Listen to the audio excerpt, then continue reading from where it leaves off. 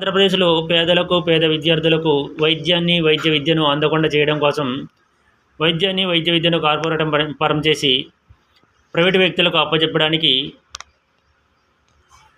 కుట్రలు చేస్తున్నారు కూటమి ప్రభుత్వం చంద్రబాబు నాయుడు గారు.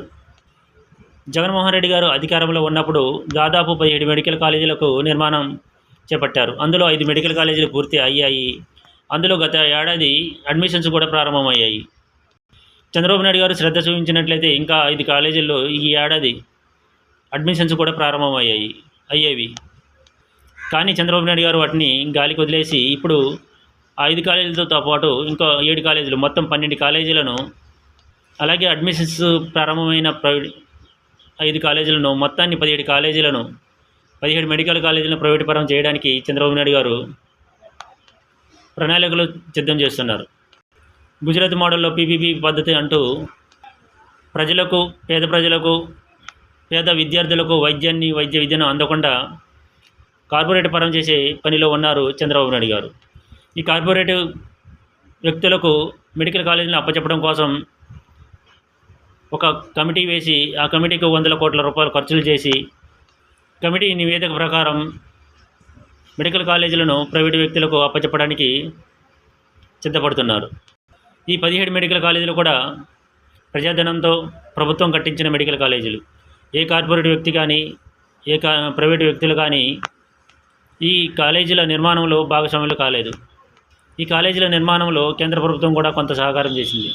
ఇలా ప్రజాధనంతో కట్టించిన మెడికల్ కాలేజీలను ప్రైవేటు పరం చేయడం కోసం చంద్రబాబు నాయుడు గారు ఉవ్విళ్ళూరుతున్నారు. ఈ కాలేజీల్లో వైద్యం అందాలన్నా, వైద్య విద్య అందాలన్నా, మెడికల్ సీట్ పొందాలన్నా కోట్ల రూపాయలు ఖర్చు అవుతుంది. కోట్ల రూపాయలు ఖర్చు పెట్టి ఏ పేదవాడు మెడిసిన్ చదవగలడు?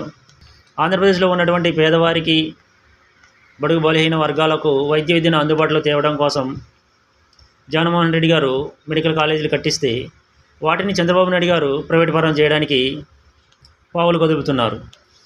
ప్రైవేటు పరం చేసి వైద్య విద్యను పేదలకు అందకుండా చేసి, వైద్య విద్యను, మెడికల్ సీట్లను 100 కోట్ల రూపాయలకు అమ్ముకోవడానికి ప్రైవేటు వ్యక్తులకు అప్పచెప్తున్నారు చంద్రబాబు నాయుడు గారు.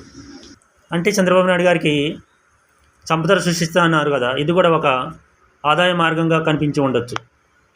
పేదల దగ్గర నుంచి వైద్య విద్య రూపంలో దోచుకోవడానికి ప్రణాళికలు సిద్ధం చేస్తున్నారు చంద్రబాబు నాయుడు గారు. సంపద సృష్టిస్తా అన్నారు, సృష్టించిన సంపదను పేదలకు పంచిపెడతా అన్నారు. కానీ పేదల దగ్గర నుంచి సంపదను లాక్కోవడానికి ప్రయత్నాలు చేస్తున్నారు. ఇప్పుడు ఈ ప్రైవేటీకరణ వల్ల ఏ పేదవాడికి ఉపయోగం ఉంటుంది?